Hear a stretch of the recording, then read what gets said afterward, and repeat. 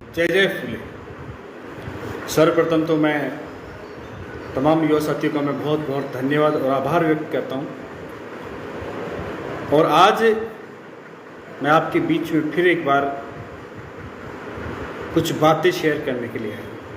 कुछ सवाल हैं, वो पहले मैं आपसे सवाल करूँगा और फिर उनका आप जवाब दीजिएगा कि आखिर हम किस दिशा में बढ़ रहे हैं, किन परिस्थितियों से हम लड़ रहे हैं और हमारा जो लक्ष्य है उस तक हम पहुंच पाएंगे या नहीं। इसके लिए मैं आपसे बहुत सारी चर्चा होंगी। इस चर्चा से पहले मैं फिर एक बार आप क्रांतिकारी साथियों का मैं दिल से धन्यवाद करता हूं कि आज जो आप लोग सारे जितने भी युवा साथी हैं जो मेरे साथ लगातार दिन रात मेहनत कर रहे हैं। कई बार कुछ ऐसी घटनाएं होती हैं, लेकिन वो घटनाएं अभी शेयर करने का टाइम नहीं है। जिस दिन हम जंग जीत जाएंगे, जिस दिन हमें कुछ मिल जाएगा, उस दिन के बाद में मजा आएगा उन बातों को शेयर करने का, उन बातों को आपके बीच में साझा करने का जितना आनंद आएगा वो शायद आज नहीं आएगा, क्योंकि आज तो सिर्फ और सिर्फ संघर्ष है और संघर्ष ही जीवन है। लोग आज हमें कुछ नहीं देख रहे। जिस दिन हम जीतेंगे, जिस दिन हम जंग को जीतकर हमारी कुछ मांगों को मनवा लेंगे, उस दिन के बाद में लोग हमें कहेंगे कि हाँ यार, ये युवाओं ने मेहनत की थी, इन क्रांतिकारी साथियों ने लगातार मेहनत की थी, जब जाकर ये यहाँ तक पहुँच पाए। इस बीच में बहुत सारी भ्रांतियाँ हैं और उन भ्रांतियों को मैं दूर करने के लिए आपके बीच में आया हूँ। साथियों, सबसे पहले तो एक भ्रांति है कि आप में से बहुत सारे लोग मुझे कॉल कर रहे हैं, मैसेज कर रहे हैं और वो अनेक प्रकार की अफवाहों में बंध गए हैं। तो उस भ्रांति को दूर करना मेरा लक्ष्य ही नहीं, मेरा ये कर्तव्य बनता है कि मैं आपको उस भ्रांति के माध्यम से उसको दूर करूं। और वो भ्रांति सबसे पहले ये है कि हम बहुत सारे भागों में डिवाइडेशन हो गए। तो मैं सबसे पहले तो इतना कह दूं कि साथियों, ऐसा कुछ भी नहीं है। हम सब लोग एक थे, एक हैं और एक रहेंगे। वो भागों में वो लोग बट गए जिनका स्वार्थ हो, जो स्वार्थी हो, अपने स्वार्थ के लिए काम कर रहे हैं। मेरा क्या स्वार्थ है ये तो पिछले आप 8 से 10 साल में देख रहे हो। अगर मेरा स्वार्थ ये है कि मेरी जो लगातार आपसे चर्चाएं होती हैं, लगातार आप क्रांतिकारी साथियों ने मेरे साथ मिलकर जिन 11 सूत्रीय मांगों का निर्माण करवाया, जिन 11 सूत्रीय मांगे किसी को पता ही नहीं थी कि ये मांगे भी हमारी हो सकती है क्या, उस मांगों का निर्माण हम सब लोगों ने मिलकर किया। और इस मांगों में आपने मुझे सही दिशा प्रदान की, उसी वजह से हमने 11 सूत्रीय मांगों की नींव रखी। सबसे पहली बात कि आज अगर हमारा स्वार्थ होता तो हम 11 सूत्रीय मांगे कभी नहीं लेकर आते और ना ही हम ऐसे काम करते ताकि जिसकी वजह से आज हमारा जीवन खतरे में पड़, जिस वजह से आज जीवन खतरे में है, जिस प्रकार से अनेक समस्याएं हमारे सामने उत्पन्न हो रही हैं। ये समस्याएं और इतना सारा वर्डन लेने का उद्देश्य यही है कि सिर्फ और सिर्फ जो दूर दराज एक गांव में बैठा हुआ व्यक्ति जो हमें एक सकारात्मक निगाहों से देख रहा है, वो दूर दराज में बैठा हुआ, खेत में बैठा हुआ व्यक्ति जो दिन रात मेहनत मजदूरी कर रहा है, उसकी व्यवस्थाएं, उसको वो सोच रहा है कि उसकी व्यवस्थाएं भी हम लोग करेंगे। वो 75 साल से ये सोच रहा था कि कहीं न कहीं कोई व्यक्ति आएगा और इसको जो आज उन्नति है उसको हमारी तरफ मोड़ेगा और आज जो हमें हक से वंचित हैं, जिन अधिकारों से वंचित हैं, वो अधिकार हमें मिलेंगे। यही वो जो दूर दराज खेतों में बैठा व्यक्ति वो यही सोच रहा है कि कोई ना कोई आएगा। इसी बीच में राष्ट्रीय फूले ब्रिगेड जो हमारी मां की जैसे संगठन है, उस संगठन ने ये जिम्मेदारी निभाते हुए 11 सूत्रीय मांगों की निर्माण रखा और लगातार इसके साथ मेहनत करते हुए जहां भी हमें व्यवस्था ही मिली, जहां भी व्यवस्था करने की जरूरत पड़ी, वहां हम लड़ते झगड़ते यहां तक पहुंचे। और पहली बार जब 12 जनवरी को हमने पूरे राजस्थान से नहीं अपितु पूरे भारत से हल्ला बोल किया, हर जगह ज्ञापन दिए गए, उसके बाद में एक माहौल बनाया गया और 25 फरवरी को राजस्थान की विधानसभा में हम पूछ गए। याद रखिए साथियों, मैं वो भी याद दिलाता हूं, 25 फरवरी को जब हम लोग आ रहे थे तो आपको पता नहीं उसका बहुत बड़े भयंकर रूप से विरोध किया जा रहा था। और विरोध कौन कर रहा था? विरोध वही लोग कर रहे थे जिनको इन मांगों से कोई मतलब नहीं है। वो तो एसी में बैठे रहते हैं, एसी रूम्स में बैठे रहते हैं, जो 24 घंटे में नाम की कोई चीज से मतलब नहीं है।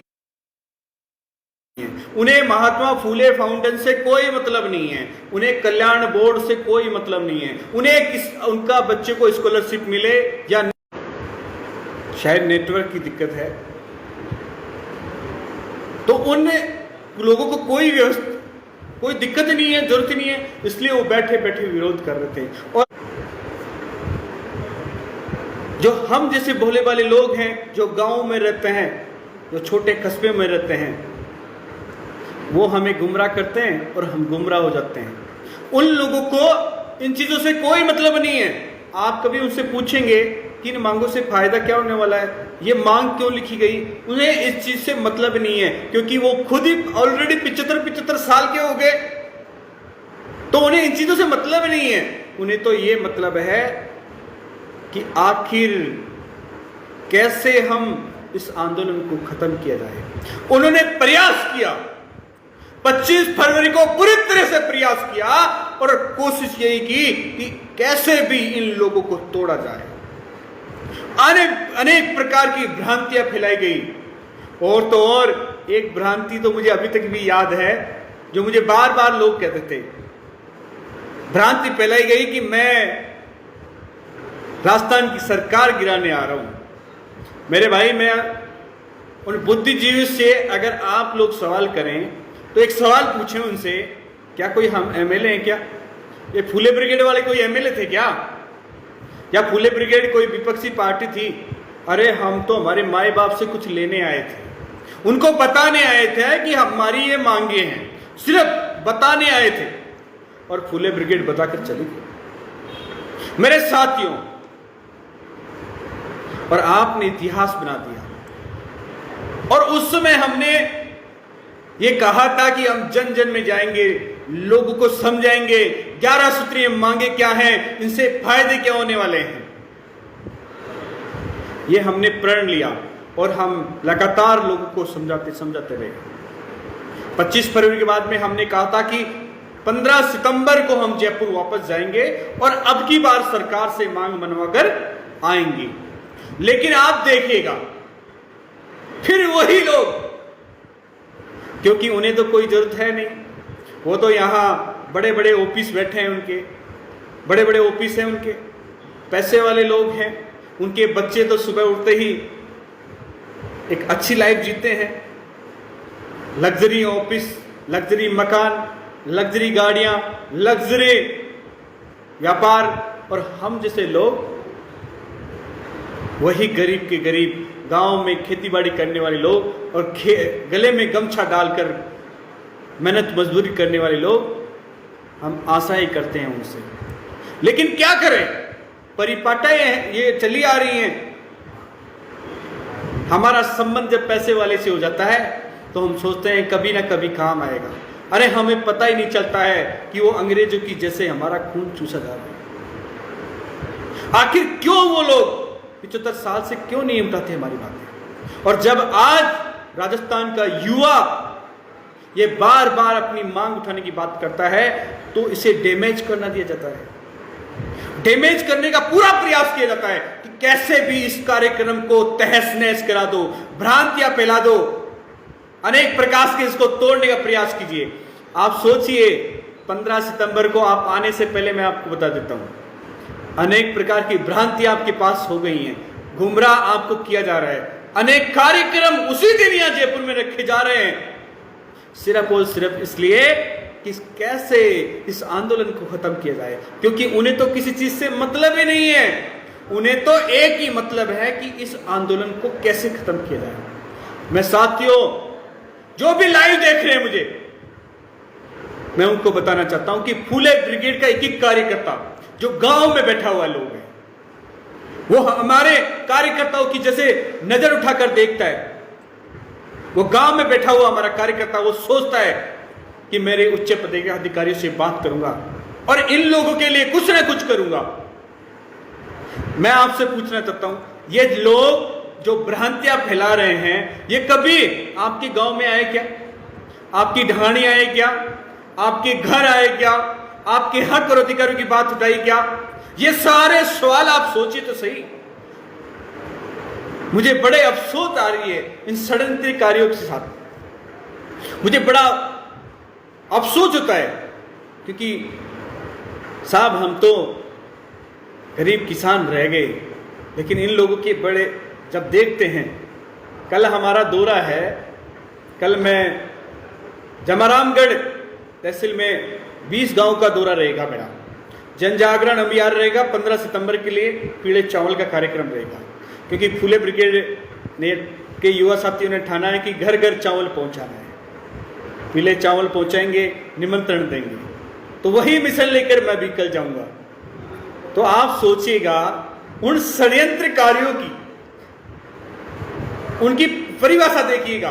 वो गांव गांव में फोन लगाकर कह रहे हैं, अरे साहब उसकी बातों पे विश्वास मत कीजिएगा,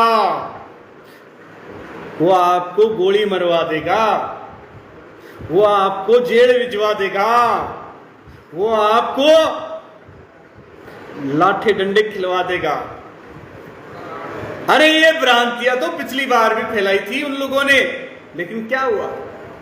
हमारे युवाओं ने मजबूती के साथ, पूरे जोश और जुनून के साथ फिर वापस वही विधानसभा में झंडा गाड़ दिया और सरकार तक 2 मिनट में बात पहुंच गई। ताकत दिखी या नहीं दिखी? लेकिन जब उनसे ये पार नहीं पड़ी, तो आज उस दौरे में हम जहां जहां जाने वाले हैं, वहां बेचारे 2 गाड़ियां करके बड़े बड़े लोगों से मिल रहे हैं कि साहब ऐसा है वैसा है। मैं उन लोगों को इस लाइव के माध्यम से साफ चेतावनी देना चाहता हूं, यहां राजस्थान में 1.5 करोड़ की संख्या है हमारी, कितने लोगों को रोकोगे? अरे कितने लोगों को गुमराह करोगे? अरे कितने लोगों को डराओगे? अरे कितने लोगों को बरगलाओगे? ये युवा है, ये रुकने वाला नहीं है साहब। अरे ये तो अपने हक और अधिकारों के लिए आया है। अगर आप लोग आज 75 साल से हमारे हक और अधिकारों की बात कर लेते तो क्यों हम आते भाई? मैं आपसे पूछना चाहता हूं, आते क्या नहीं? अब मैं आपसे कहना चाहता हूं, जो भ्रांतियां फैला रहे हैं, पहले तो मैं उनका सॉल्यूशन करता हूं कि जो लोग कह रहे हैं कि हम 2 भागों में बट गए, जो लोग कह रहे हैं हम 4 भागों में बट गए, मेरे साथियों हमारा युवा शक्ति एक जगह है, वो कहीं नहीं जा रहा है। हमने 11 सूत्रीय मांगे रखी है, हमने मकान बनाने के लिए जो सामान की व्यवस्था की है, नींव भरी है, दीवारें बनाई हैं, छत भी हमने पटकी है, और इसमें रंग पेंट कराने के बाद में व्यवस्था भी हमें करनी है। ये लोग तो सिर्फ अपना वर्चस्व साबित करने आते हैं और कुछ नहीं है साहब। इनको तो ये भी नहीं पता कि 11 सूत्रीय मांग होती कौन कौन सी हैं, उठा के जाके ज्ञापन दे देते। इनसे फायदे क्या होने वाले हैं ये भी मतलब नहीं है। इनसे पूछो कि ये क्यों लिखी गई भाई। आप सोचिएगा, जो ये भ्रामक मैसेज खिला रहे हैं 4-4 भागों में बट गए, 5-5 भागों में बट गए, मेरे साथियों मैं आपको बता देता हूं, ये बांटा जा रहा है, ये एक रणनीति के तहत बांटा जा रहा है, ये सिस्टम से तहत ये बांटा जा रहा है। ये इसलिए बांटा जा रहा है कि क्योंकि कल दूसरा नेता आएगा, फिर कहेंगे सीपी साहब आप तो अलग अलग चल रहे हो, आप दोनों एक जगह जाओ। फिर चौथा नेता आएगा कि सीपी साहब आप अलग जा रहे हो, उसको भी एक जगह। यार सीपी सैनी साहब का यही काम बचा है क्या कि मैं सारे दिन इनको ही इकट्ठा करता रहूं? वो एक बाल्टी के अंदर बहुत सारे कीड़े डाल दिए जाते हैं। अब कोई निकल के भाग रहा तो उसका मैं क्या कर सकता हूं? भाई हमने तो प्रयास किया ना एक जगह करने का, लेकिन जो लोग स्वार्थ के लिए आते हैं, जो ईमानदार से मेहनत करते हैं, हम उनका तहे दिल से स्वागत करते हैं। मैं कहता हूं आइए ना, मैं हाथ जोड़कर उनको बार बार स्वागत करता हूं, आइए इस संघर्ष को मिलकर लड़ेंगे, पूरी दोनों मिठिया बंद करके लड़ेंगे। आइए लड़ेंगे संघर्ष को। मैं कब आपसे लड़ूं? अरे जो ईमानदार से लोग लड़ने वाले हैं, मैं उनके साथ कंधे से कंधा मिलाकर खड़ा हूंगा। आप आइए, आपका स्वागत है। लेकिन वो आने वाले नहीं हैं। वो तो एक ही बात है, उनका अनेक प्रकार की भ्रामक मैसेज देना। मेरे साथियों, अब मेरे आपसे छोटे छोटे सवाल हैं, आप गौर कीजिएगा। मेरा सबसे पहला सवाल कि भाई 11 सूत्रीय मांगे किसने लिखी? भाई किसने लिखी? दूसरा सवाल, आखिर क्या कारण था जो लिखी गई? आखिर क्यों लिखी गई? दूसरा सवाल। आप सोचिएगा, अगर ईमानदार से, अगर वाकई आप साथ में मेरे साथ कंधे से कंधा मिलाकर लड़ रहे हैं, तो आपको इस बात का सोचना पड़ेगा कि आखिर क्यों लिखी गई, आखिर किसके लिए लिखी गई। तीसरा सवाल, आखिर किस कारण से लिखी गई, आखिर इनकी क्या वजह थी, आखिर इसके क्या फायदे होने वाले हैं, आखिर वो 75 साल से जो लोग आज लड़ रहे हैं हमारे साथ में, उन्होंने क्यों नहीं लिखी। ये 5 सवाल आप सोचिएगा, इनका अपने दिमाग से जवाब लीजिएगा। ये सीपी सैनी की जिम्मेदारी नहीं है कि कोई अलग जा रहा है तो मैं बार बार उनको इकट्ठा करने का काम करूं। मेरा मकसद ये है कि जब हमने लड़ाई स्टार्ट की थी, हमने इसका प्लेटफॉर्म बनाया, हमने सिस्टम बाय सीडी चलने का प्रोग्राम किया। कोई क्या कर रहा है, वो अपना काम कर रहा है, हमें उससे कोई तकलीफ नहीं है। हम कोई भी काम करें, हमें कोई दिक्कत नहीं। लेकिन जिस प्रकार से हम जो आंदोलन कर रहे हैं, हम सीडी बाय सीडी चलते रहेंगे। मैंने आपको पहले दिन भी एक ही बात कही, आज फिर कह रहा हूं, मेरा मकसद सिर्फ यही है कि मेरे भाइयों के ऊपर एक पसीने की बूंद नहीं आने दूं। खून खराबा तो बहुत दूर की बात है मेरे साथ। मेरा विजन यही है कि सांप मरना चाहिए लेकिन लाठी नहीं टूटनी चाहिए। और आप सब लोग मेरी लाठी हैं, मेरे मजबूत कंधे हैं, मेरे बराबर के कंधा से कंधा मिलाकर चलने वाले वीर योद्धा हैं। तो मैं आपको कैसे पसीने की बूंद आने दूंगा भाई? मैं आंदोलन कैसा? अरे मरकर तो बहुत सारे लोग शहीद हो जाते हैं, लेकिन जो बगैर फालतू मरकर शहीद होते हैं वो शहीद नहीं कहलाते हैं। जो देश के लिए जान देते हैं वही शहीद कहलाते हैं। ये बात जरूर याद रखिएगा। मैं अब कुछ बातें मैं आपसे करना चाहूंगा। साथियों, आपको शायद पता नहीं होगा, जिस प्रकार हमारे षड्यंत्रकारी, जिस प्रकार वो जो एसी में बैठे लोग, वो कभी नहीं चाहते कि हमारे हक और अधिकार मिले। उन लोगों की देखो चाल देखिएगा, वो हमारी व्यवस्थाओं में रुकावट कर रहे हैं। वो बार बार लोगों को कह रहे हैं कि किसी प्रकार की व्यवस्था, किसी प्रकार की उनकी मदद मत करना। अरे हमें मदद क्या चाहिए भाई? अरे हमें कोई मदद की आवश्यकता नहीं है। हम तो जोड़ा छाप आदमी है साहब। हम तो आ जाएंगे जयपुर और यहां सर गिनाएंगे हमारे, और जिसके सर गिनाए जाते हैं उसके आगे लोकतंत्र झुकता है।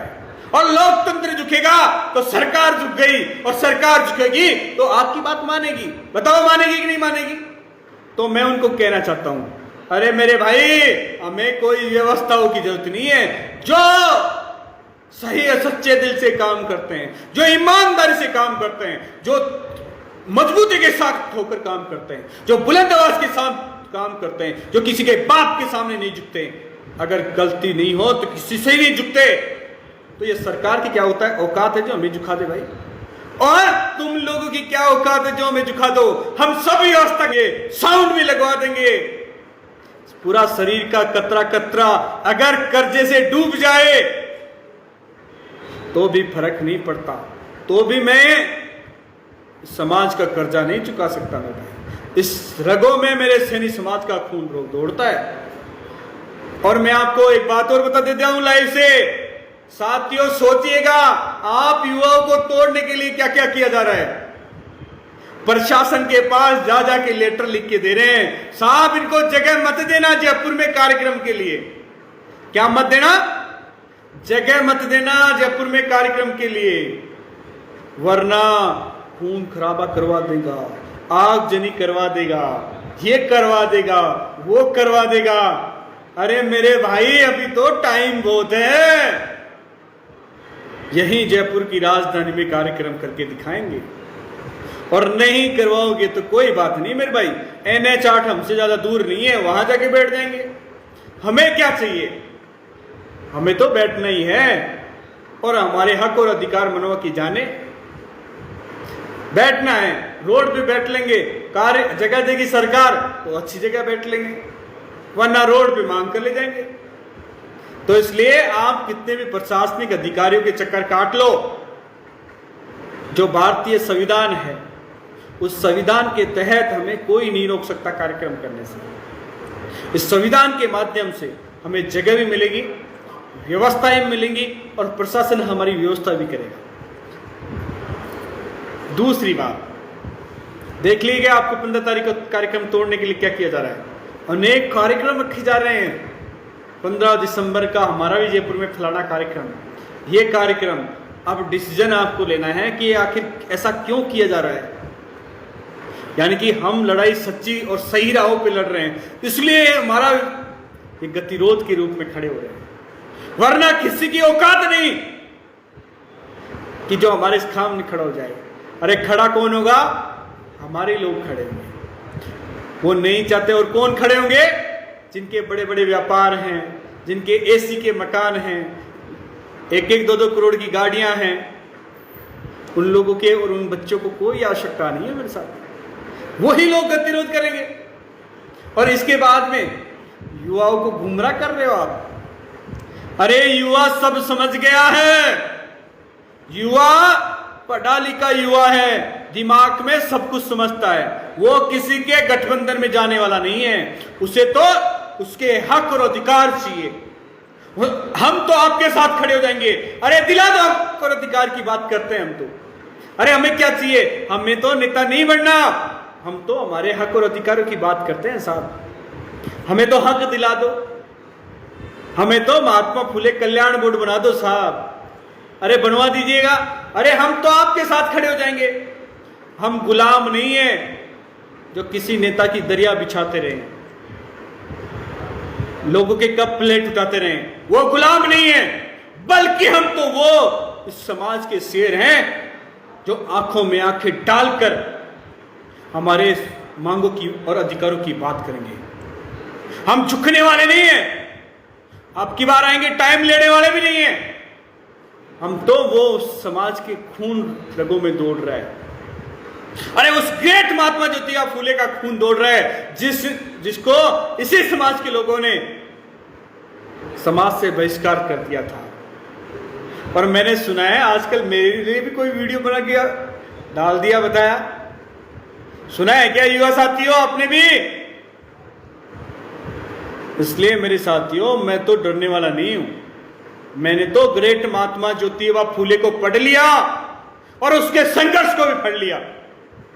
जब तक ये मांग हमारी मिल नहीं जाती, जब तक हमारे हक और अधिकार नहीं मिल जाते, जब तक आपका भाई ये चैन से नहीं बैठेगा। ये मेरी इच्छा है और इसलिए हम सब कुछ काम छोड़कर लगातार इसके लिए लड़ रहे हैं। अब जिम्मेदारी आपकी है कि आप किस प्रकार हमारे साथ खड़े होते हैं। अब देखिएगा, क्योंकि पिछली बार वो जो विरोध कर रहे थे वही आज दूसरे तरीके के साथ विरोध कर रहे हैं। और फिर भी अगर तुम उनके साथ उनकी बातों में गुमराह होते हो तो आपसे बड़ा मूर्ख नहीं है मेरे साथियों।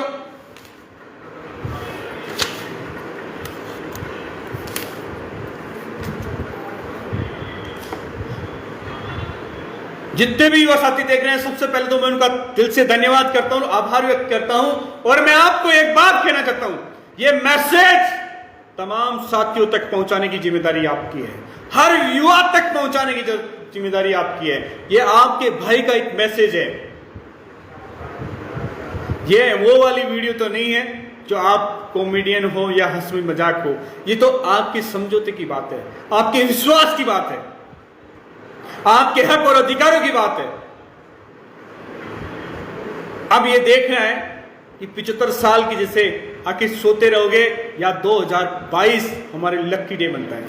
आप सोचिएगा, अभी 2 दिन पहले एक आरक्षण का एक और आंदोलन हुआ था 8 तारीख। उसकी सरकार वार्ता करती है सीएम हाउस में बैठकर, सीएम ऑफिस में बैठकर। भाई हम इतने कमजोर है क्या जो हमें बुलाया नहीं जाता? ये नहीं बुलाया जाता क्योंकि हमारे जो नेता हैं वो दरिया बिछाने वाले हैं। और मैं साफ कह दूं, हम दरिया नहीं बिछाएंगे, हम तो आंखों में आंखें डालकर समझौता करेंगे उनसे। जिस दिन भी मौका मिलेगा, जिस दिन भी 15 सितंबर को हो, चाहे से उसके बाद भी मौका मिले, जब भी मिले, आंखों में आंखें डालकर बात करेंगे सरकार की और कहेंगे यहां बैठ के बात करो। जिस दिन देखना क्या नजारा ही कुछ और होगा। हमारे लीडर इतने कमजोर नहीं हैं, लेकिन क्या करें, मुझे बहुत सारे मैसेज मिलते हैं, बहुत सारे फोन आते हैं, बहुत सारे नेताओं के कॉल आते हैं कि आइएगा हम मिलवा देते हैं सरकार से। मैंने कहा सरकार से 1-2 मांगे पूरी करवा दो, धन्यवाद देने आ जाएंगे। भाई बताओ गलत करता हूं नहीं करता? फोटो खिंचवाने का शौक नहीं है मुझे, नेताओं के साथ फोटो की बहुत हो गई। अब तो हमारे हक और अधिकारों की बात होगी, हमारे मान सम्मान की बात होगी, हमारे बच्चों के भविष्य की बात होगी, हमारे युवाओं की भविष्य की बात होगी, आने वाले पीढ़ियों के भविष्य की बात होगी। ये मान सम्मान की लड़ाई है, झुक्कर नहीं बल्कि आंखों में आंखें डालकर ली जाएगी। इसलिए मेरे साथी, जितने भी युवा साथी देख रहे हैं, मैं उनका बहुत बहुत धन्यवाद करता हूं। और मैं विशेषकर मेरे उन क्रांतिकारी साथियों का मैं धन्यवाद करता हूं जो सोशल मीडिया के माध्यम से इस आवाज को बुलंद कर रहे हैं और लाइव के दौरान जुड़ रहे हैं। हमारे RS सैनी साहब, मैं आपका बहुत बहुत आभार व्यक्त करता हूं, रामकेश सैनी जी करौली से, कि बहुत जबरदस्त उत्साह है आप में और इस बुलंद आवाज को साथ कंधे से कंधा मिला के जा रहे हो। नरसी सैनी जी, आपका भी मैं बहुत धन्यवाद करता हूं। राम सैनी जी, मैं दिल से सलाम करता हूं आपको कि आप मेरे साथ लगातार लड़ रहे हो। आदरणीय पूर्णमल जी कुमाऊं साहब, मैं आपका आभार व्यक्त करता हूं कि आप हमारे इस मिशन में आप भी हमारा योगदान दे रहे हैं। विनोद सैनी जी, और हमारे आज पिलानी के अंदर राष्ट्रीय फूले ब्रिगेड का एक भव्य जबरदस्त ब्लड कैंप लगाने वाले आदरणीय प्रभारी जी, तहसील अध्यक्ष प्रकाश जी, आपका भी स्वागत, धन्यवाद। और मेरे जितने भी युवा साथी देख रहे हैं, मैं उनका आभार व्यक्त करता हूं। मेरे साथी याद रखना, एक बार नोट कर लेना, जिस तरह पिछली बार तुम आए थे उससे दुगनी ताकत में आना है, उससे तिगनी ताकत में आना है। और उन लोगों को फिर एक बार बताना है कि ये टूटने वाले नहीं है, ये बिखरने वाले नहीं है। अरे तुम चाहो जितने बांट दो, हम बंटने वाले नहीं है। तुम जो भ्रांतियां फैलाकर बांटने का प्रयास कर रहे हो, अरे हम तो एक साथ मिलकर खड़े हुए हैं, उसी के साथ चलेंगे। मेरे साथियों,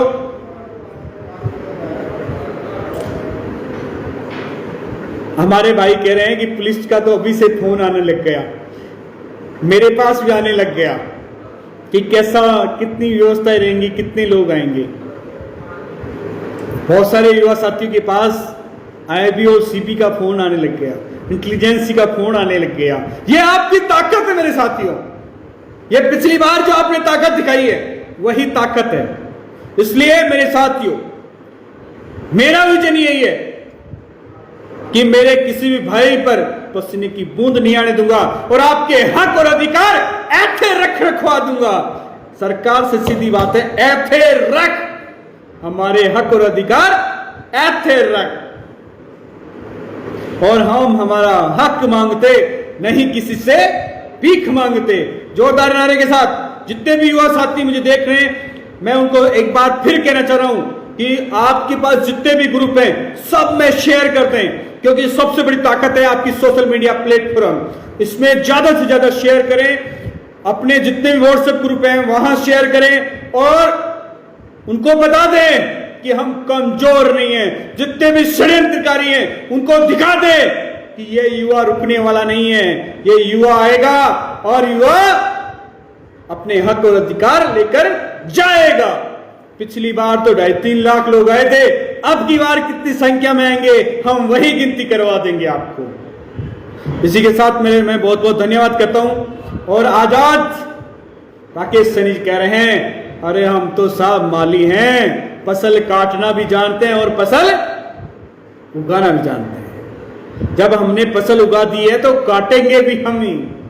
इसलिए मेरे जितने भी युवा साथी हैं मैं उनका बहुत बहुत धन्यवाद करता हूं। और मेरे साथियों, मेरे आपके मैसेज मुझे बहुत लग रहा है। और युवराज सिंह जी बांदीकुई से हैं, महुआ से हैं, मैं उनका भी